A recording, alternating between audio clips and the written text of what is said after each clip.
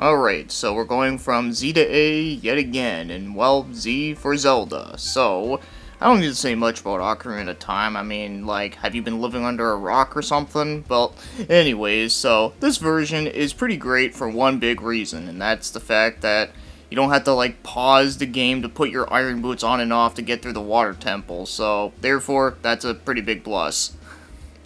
Now, as for Link Between Worlds, this game is pretty great. I really enjoyed it a lot. And, Link to the Past is actually, like, not only was it the first Zelda game I ever played, but it's also one of my top favorite ones. And when I say this one is up there, it's pretty close. I wouldn't say it's better than it, but it definitely is a well-worthy game to play. Alright, so this game right here is Stellar Glow, and this is a tactical RPG that I really love a whole lot. It was made by the same people that made Luminous Arc, although unfortunately it was the last game they ever made, but to look on it positively though, at least they ended on a good note, because man, I freaking love this game. The story is really great, had some really good, interesting twists and turns near the end. I also love the characters, and also had some pretty cool gameplay elements. Like, one thing I really liked that reminds me of Art Tanelico was that you can actually go inside some of the characters' minds and having to, like, do, like a battle within there to get to know more about the character. So that was pretty interesting. And of course, the whole Art Tanelico thing I have to mention is that there is actually one of the singers who did some of the songs within those games actually isn't here, which is pretty great. And also, speaking of the music, it was actually done by Mitsuda, and I have to say, this is probably one of my favorite soundtracks that he's ever done, right up there with Tsunagi Atonement, that weird PS2 game I reviewed. Alright, so this is Shinobi, or what I should call it is Shinobi 3D, in case people were confused and thought I was talking about the original. But nah, this game is a pretty badass game. It's a lot like the original games, where it's like side-scrolling, while this one's more 2.5D, which is pretty cool. But yeah, I really love the levels a lot. A lot of the, it's really fast-paced action, good shit. But it is pretty damn hard, though. Like, this game can get pretty damn frustrating later on. But man, though, it's just a lot of fun. So, yeah, as much as I do love the game, though, one complaint I do have is that you can't map out, like, the buttons. Like, this is a game where you're forced to use the circle pad, and I feel like for these kind of games, the circle pad just doesn't feel right. Like, I feel like if I could play this game with the 3DS gamepad, like the D-pad, I probably would have, could probably play it better, but unfortunately I can't, so that's a shame. But other than that, though, it's pretty great. So this is Radiant Historia Remaster on the 3DS, and man, this game is just really freaking great. I used to own it, like the original version on the DS, but ever since I got this version, I ended up selling it. Also, in case you're wondering, it was that version that had that soundtrack with it, so yeah, I sold that to a friend of mine. But yeah, what can I say about this game? It's pretty much a lot like Chrono Trigger in the sense that it has like the time travel thing, but this time you can actually like do a lot more with it, which is very unique and interesting. And of course it also has a very unique battle system that I've never seen before, so that's really cool. And yeah, freaking love it a lot. Love the art style. Also, this version has voice acting, which is pretty cool. It's pretty well done, and it also has more animated cutscenes, but man, I really wish they'd make a Switch version of this or something. I think that would be pretty damn fantastic, though. But with the 3DS version, it's pretty cool. Alright, so now we're on to the Shin Megami Tensei section. So the first one here is Persona Q, Shadow of the Labyrinth. Yes, I include Persona within the Shin Megami Tensei shit, so I don't know, it's just how I always organize my games with, like, doing everything by series. But anyways, though, yeah, so this one plays more like, what's that other Atlas dungeon crawling game? I always forget the name of it there. But anyways, though, it plays a lot like that, but with Persona characters from 3 and 4, and, you know, they're just goofing off, doing some goofy shit, and it's pretty good, though it's more of a fan service game in the sense that you just get to see these characters just, like, interacting with each other. And, you know, it's good times if you're a fan of both games, but if you're not, then, yeah, I wouldn't recommend it, though. But, you know, it's a decent game. So this is Devil Summoner Soul Hackers, and I'm still surprised that we even got this game, because this is a remaster of a Sega Saturn game, and that's pretty fucking cool. I kind of wish we would get more stuff kind of like that. But, yeah, man, like, this game is, pretty damn good. I really do like it. I think it has a pretty cool story that has to do with, like, cyber terrorism and such. and also the music is great. But man, this game can get pretty fucking hard later on though, and also does have a little bit of a learning curve that did take me by surprise after trying to replay it again, and that was that.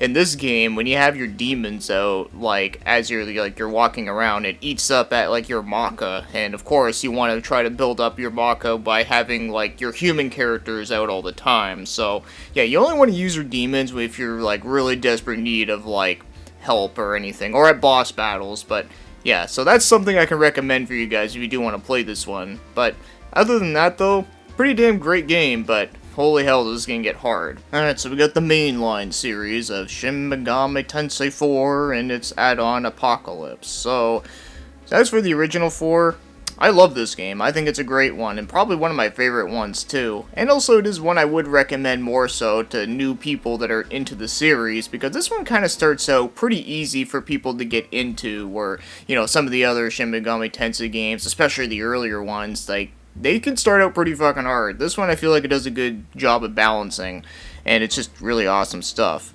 And as for the add-on version, well, part 2 version of it, I should say, it's not as good as like the original version in my opinion, but it still has some pretty cool ideas that I do like. But yeah, unfortunately I never beat this one. I just kind of just didn't get around to actually finishing it. I think I got sidetracked off of another game when I was in the middle of playing it, but yeah, it wasn't bad though, but it definitely wasn't as good as 4 in my opinion though, at least when it comes to its story. Now here is Shifting World. So this is a game that I bought because it was like really cheap and I thought it looked kind of interesting. It's kind of a puzzle platformer kind of game. It has a very indie feel to it. In fact, as you can see here, it's from Armor Games. They used to make a lot of Flash games back in the day. And, yeah, now that I think about it, this dude kind of looks like a mixture of, like, Lupin the Third and Jigen, like, put together. It's kind of funny. But, yeah, though, pretty good, decent, pick-up-and-play kind of game. Obviously, it's not something that you want to pay a lot of money for, but if you ever do see it cheap and you do like puzzle platformers, it's a decent one. So now we got the, Project Cross Zone games. Now, the only one I actually played was the first one. Unfortunately, I never got around to playing 2. But, yeah, so all I have to say is that this is another game that, like, I'm actually surprised we even got over here. In fact, I remember before it came out, there was actually a huge petition to try to get this game out over here, and it actually worked. So that was kind of cool. But, yeah, so now that I actually played it, it's a decent game. Like, it's another tactical RPG, and it does have some, like, you know, you gotta make combos together. It's kind of cool, and of course, you know, it has, like, all, like, your favorite, like, random-ass characters together from, like all these companies like Bandai, Capcom, and Sega, which is pretty crazy shit. But, yeah, though, like I said, it's a decent game. My only problem with it is that, you know, it's one of those games where it can feel pretty repetitive and tedious after a long time, but, if you play it in short bursts, you'll enjoy it, mostly for the fan service shit, kind of like with Persona Q, but yeah, like I said, it's a more mindless fun kind of tactical RPG, but even then, it's not one that I can highly recommend. Next up is the Mario shit. So this one is Mario Tennis Open. Now, I've always been a pretty big fan of the Mario Tennis games for that. I really love the one on N64, the one on GameCube is pretty great, and even the one on Game Boy Color is actually pretty underrated if I say so myself. But as for this one though, it's alright. The thing is, though, I didn't really play this game a lot. Like, I swear, I think I only played this game, like 3 times, and then after that, I just kind of never really went back to it there. So I don't really remember a whole lot about it, but I do remember it being okay, just, you know, I just didn't like it as much as, like, the GameCube game or anything like that. Alright, so Mario Kart 7. A really good Mario Kart game. In fact, there were some tracks in here that I really do like that I thought were pretty cool. But, I don't know if I like it better than the one on the regular DS, so I don't know. I mean, that one also had some pretty good tracks that I really liked, too. And like I said, the whole emblem-making feature was just really cool, where this one, unfortunately, doesn't have that. But, yeah, like I said, it's frickin' Mario Kart. Oh my god, guys, another obscure game here. It's Super Mario 3D Land. I bet you never heard of it. Okay, but to be serious though, this was actually the game I got with my first 3DS. I got an original red one, and I still have it, but I mostly use the Galaxy looking one. That's the one I mainly use. But yeah, anyways, so as for Mario 3D Land, I mean, is there really much I need to say here? I mean, it's a good, solid Mario game. I do like it better than, the other new Super Mario Bros. Games, so... No shit. Now we got Luigi's Mansion 2, Dark Moon. Yeah, this is one of those greatest hits one that I got. I don't know, it doesn't really bother me that much. But yeah, this one is pretty good, but I definitely didn't like it as much as the first game, or hell, not even as close to being as the third game. But, it was a pretty decent one. The biggest problem I had with it was that the game just felt too much like a checklist kind of game. Like, every time you do something, you're just constantly working at a checklist, and I don't know, I just wasn't feeling that, though. But other than that, though, it was alright. Alright, next up is Little Battlers Experience. Yeah, not really a great name for a game like this, but I guess they couldn't call it Super Badass Robot Action, whatever. But anyways, though, yeah, this game is pretty much a spiritual successor to Custom Robos, for anyone that remembers that GameCube game. It was pretty fun, and this game is also pretty fun, too. You get to make your own mechs and beat the shit out of each other. It's pretty great. So, yeah, if you like a lot of those mech kind of games like that, I think you would like this one. I find this game is kind of underrated. Next is Kid Icarus Uprising, a game that I'm actually surprised that we got, because it seemed like Kid Icarus was just one of those random-ass games that Nintendo put out once, and then never again until it was in Smash Bros., and then, they finally made another game. And I was actually looking forward to this game because I was like, damn, like they're making another Kid Icarus game, that's a surprise. And I played it, and I'm very mixed on it.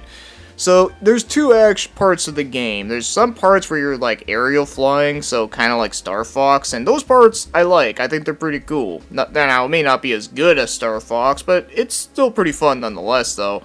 And then there's other parts where you're like kind of on foot. And these parts I do not like because it still has like the same weird control scheme that like the aerial parts have, so because of that, it's just fucked up as hell. It just makes me wish they would make like another Kid Icarus game on the Switch. I think that'd be pretty nice. Alright, it's Fire Emblem Awakening, the breakout hit that just exploded with popularity, where Nintendo was like, holy shit, people like this game? Yeah, well... I do like this game. I do think it's a pretty good Fire Emblem game, though I don't know if I'd say it's my favorite one, though, because as much as I do like the story in it, I just really like the characters in, the GameCube and the Wii game. Those ones are... It's really hard to top up those ones for me, personally. But, this one was still pretty good, though. I did enjoy it, but, yeah, unfortunately, after this, I just never got around to playing the other ones. I would like to, but, I just never got around to it. Also, I never beat the game, and also, a friend of mine spoiled it for me, which is kind of shitty of them, but that's okay, though. Alright, so this is Final Fantasy Theatrhythm Curtain Call. So this is a really weird-ass idea for a game. It's basically if you turn Final Fantasy into a rhythm game. Yeah, very weird, but in case you don't know, I'm a pretty big fan of rhythm games. I think they're kind of like the more like good chill-out, pick-up-and-play kind of games. And of course, you get to listen to great music. And of course, Final Fantasy does indeed have great music within them. And that's pretty great. So of course I do enjoy it for that, but I also do like the fact that this game also does have like other stuff from Square, like it even has stuff from like Secrets of Mana, it has stuff from Mystic Quest, and best of all, it even has songs from the first Nier, and that alone is fantastic, and that just sold me on the game, so yeah, freaking love that. Etrian Odyssey 2. Okay, so this was the game I was trying to remember when I was talking about Persona Q, but yeah, this is the dungeon crawling series that Atlus put out. And this one, unfortunately, I didn't really play much of it. I think I played like the very beginning part and that's it. But one thing I do know about the series is that they're pretty fucking hard. So this is not a game I can recommend to like newer players because, like I said, they're pretty fucking hard. So if you do want a challenge, then this one might be a good one for you. But one thing I do like about the series, though, is that Yozo Kenshiro actually did most of the music for them, and that right there is fucking awesome. Alright, moving on to Dragon Quest VIII, one of my favorite games within the Dragon Quest series, like I said when talking about Dragon Quest V in my DS collection. So, yeah, this game, like, this version is pretty good for the most part. There is one reason why I would say this version is better than the original on PS2, is that There's no random encounters. You can just take your time with taking on enemies that you like at your own leisure. So, for that reason alone, I would say it's better, but there is a lot of, like, minor things that they did change, which are kind of unfortunate, though. But probably the biggest change that I am not a fan of was that this version is missing, like, the fantastic orchestrated music from the PS2 version. Like, that is a real damn shame, but if this version did have it, though, then, yeah, I would probably never play the PS2 version ever again. Well, you know what they say, it ain't a real party until you got some corpses in there. Well, anyways, to be serious though, I do actually really like this game. This is a survival horror that's done like a top-down view. In fact, the original version of the game was actually made using with RPG Maker, which is very unique. And, yeah, I do like this one. I think the story was really cool, and also, like, the graphic imagery that happens in the game. Like, it's all, like, described to you, so, like, it really does make an impact on you, because, like, it's not so much that you're seeing all, like, the fucked up shit, but it's all, like, described to you, and you can just imagine everything. It's pretty fucked up, but that's kind of what makes it, really interesting. So, yeah, definitely a pretty good version of the game. Alright, the last game in my 3DS collection is Bravely Default, but before we talk about the game, I kind of had to make a little bit of a rant on the series now with the names, because it's like, after this, it's Bravely Second, and then what did they do after that? It's Bravely Default 2. Like, what the fuck, guys? Like, what are you gonna do after that? You're gonna call, like, the next one, like, Bravely Third, and then the one after that's gonna be Bravely Default 3? Like, god damn it. Anyways, well, with all that aside, though, Bravely Default 1, so I never got around to playing the other games, but from what I played of this one, I kinda like it. Like, here's the thing. I like the job system idea, I like the battle system, all that is really good, the music is great, but unfortunately, I just didn't care about the story and the characters.